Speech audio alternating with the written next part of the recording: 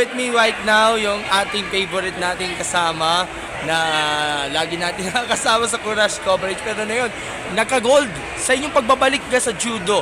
Minus 70 kilograms from Lasal, Miss Charmea Aquilino. Ay, Miss Charmea, welcome back! Para kailan lang, kahapon nagkasama tayo, konting kwentuhan lang.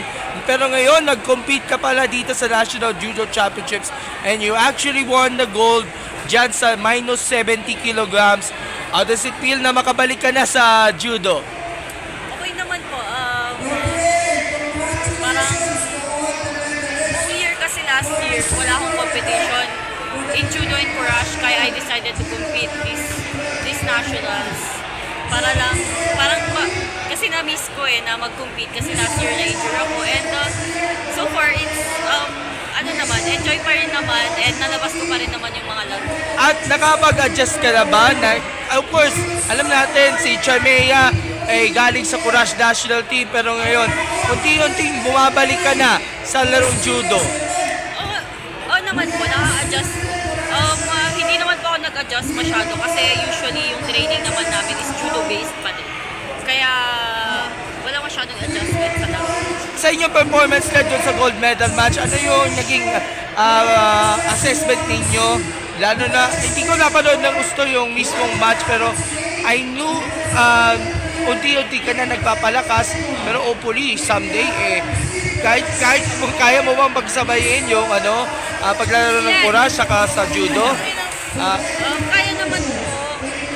Kasi yung training naman ng judo and courage is almost the same.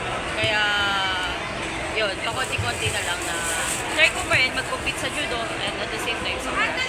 Okay, Charmea, you've been busy right now sa Philippine Courage team natin. Ano latest update on your end? And of course, you're also into Air Force na. You already enlisted. So, anong latest na ngayon for Charmea?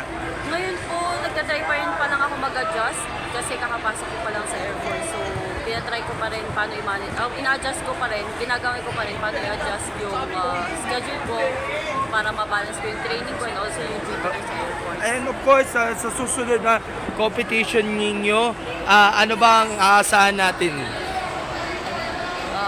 Ano bang next competition na sasalihan mo? Wala pa po akong tentative na competitions pero may mga susunod naman yan for sure. Kaya mag-train pa rin kami, continuous pa rin yung training namin. So for now, wala pa sa ngayon. Iniintay pa natin yung status from the coaches para at least para sa susunod na competition ay mas malalo ka pang prepare.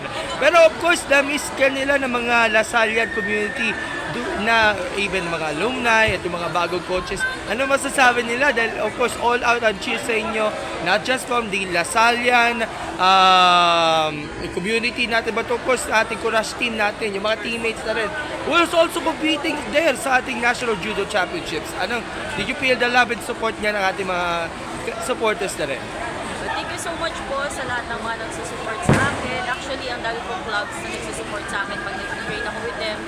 Na-open nila yung club nila and also sa Lasal. Thank you so much po sa support nyo. Na-open pa rin yung club na pwede kami mag-train anytime. And of course, looking forward to more wins for you. May gusto kayong pasalamatan pa? Opo, thank you po. Ano gusto mo pasalamatan na iba nating supporters natin? Sa mga teammates ko po, family ko, and also yung mga judo community that are open for us to train with them. And thank you so much, Shami. Congratulations, guys.